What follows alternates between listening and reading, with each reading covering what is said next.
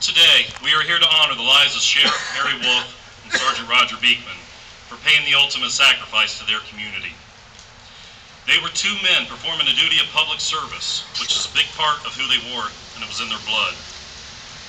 They did not know in the morning of the tragedy that it would be the last time that they'd place their shield upon their chest.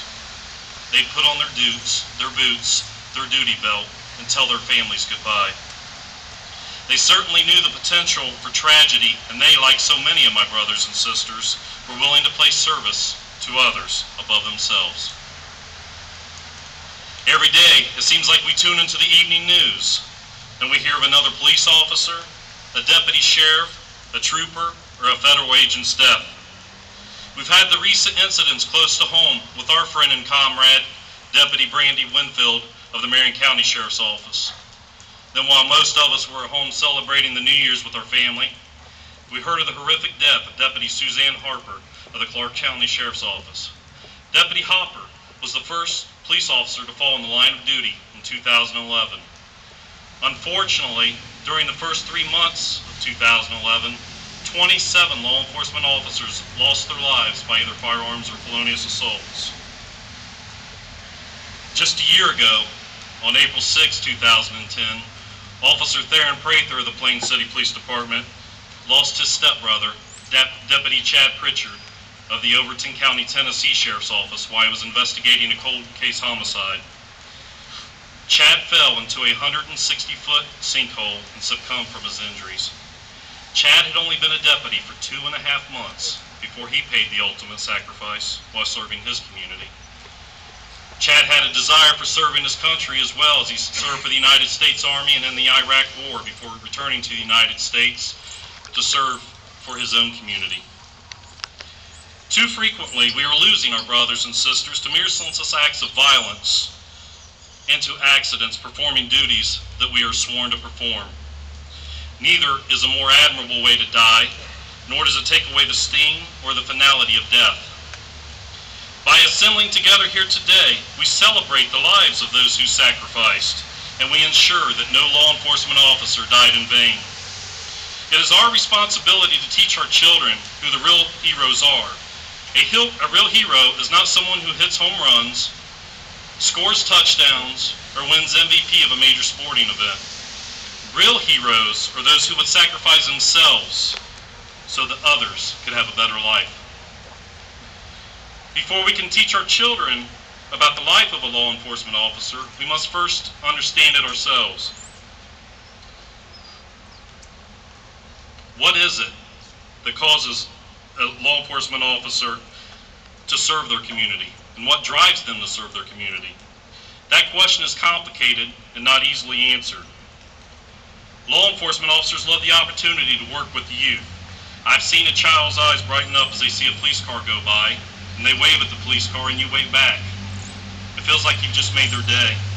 I can remember being one of those children, waving at a police officer and feeling the excitement of just being acknowledged by one. There's nothing like having the opportunity to go and speak with a group of children.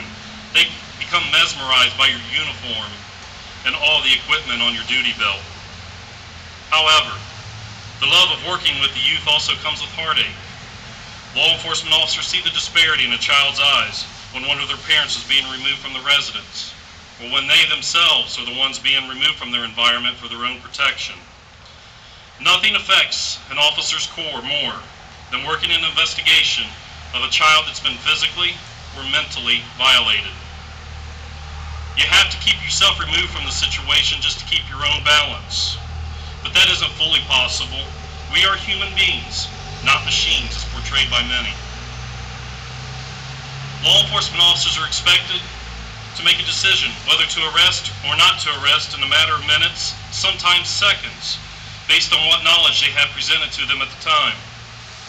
Their decision will then be questioned by others that have hours, days, or even months to decide if the decision was right, which by way of interpretation can change from time to time. Law enforcement officers are expected to work afternoons, nights, holidays, and then after a couple hours of sleep, they make a morning court appearance. Then they're not able to get back to sleep in fear of missing their own family's events. Law enforcement officers are expected to be social workers, solve civil disputes, be lenient, enforcers of the law, and trained in all aspects of constitutional law that deals with search and seizure, laws of arrest, and use of force. Law enforcement officers are exposed to others who like, love, or hate them, but they don't know which emotion applies at 3 o'clock in the morning on the initial approach of a traffic stop. Law enforcement officers are expected to be brave in the face of danger, and in circumstances for the protection of their own lives and the lives of others, they must use deadly force to stop a threat. Such incidents are not immune to our law enforcement community, as evident on the evening of August 10, 2010, when law enforcement officers of the Union County Sheriff's Office, the Marysville Police Department, and the Ohio State Highway Patrol were forced to take action upon an assailant that opened fire upon them. Also, it would be a dishonor not to mention the life of a family member of a law enforcement officer. They too must deal with the uncertainty of their loved ones while on duty and the fear of receiving a knock at the door by a chaplain and other officers of the department to give unbearable news, or seeing an incident on television, or having anxiety until they know their loved one is safe. There are so many more examples of what a law enforcement officer is, expected to do, and what they and their families are exposed to. But to answer the question, why do law enforcement officers serve their community? It's because it's what we love to do, and it's in our blood. I ask you to go today and remember that when you hear of a fallen law enforcement officer, that you keep that family in your thoughts and prayers.